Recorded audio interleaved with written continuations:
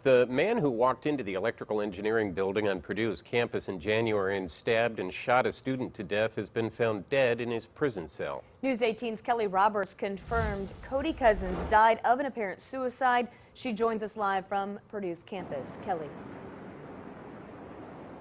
Well, Jeff and Gina, the Department of Corrections says Cody Cousins was found unresponsive inside his prison cell during a routine security check Tuesday evening.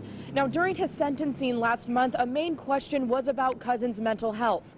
In the end, the court decided he was not mentally ill the day of the murder. However, I asked the prosecution if his death now sheds more light on any possible mental disorder.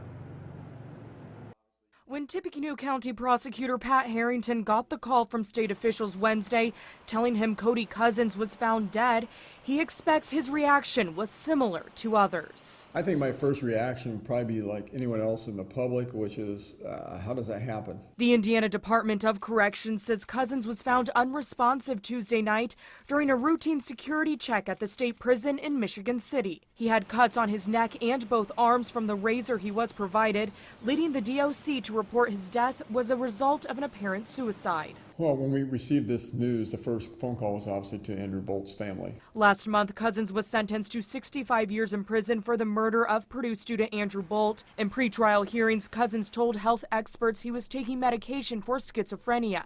At the sentencing, those experts said Cousins was treated for schizophrenia along with bipolar disorder and anxiety disorders, but did not show any symptoms the day of the murder. His attorney Kirk Freeman was asking for a guilty but mentally ill sentence.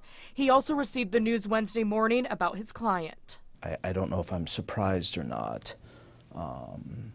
Certainly there was a lot of evidence submitted at the sentencing hearing that Mr. Cousins had a lot of problems.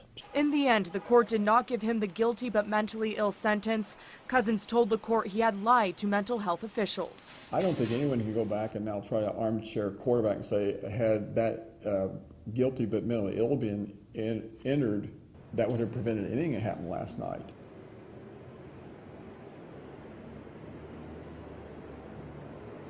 Cousins had arrived at the prison 5 days before his death. Pam James, the spokeswoman for the Indiana State Prison, says he was in a cell with no interaction with other inmates and he was not on suicide watch. This death is under investigation by the DOC Internal Affairs Office and the LaPorte County Coroner's Office. Live in West Lafayette, Kelly Roberts, News 18.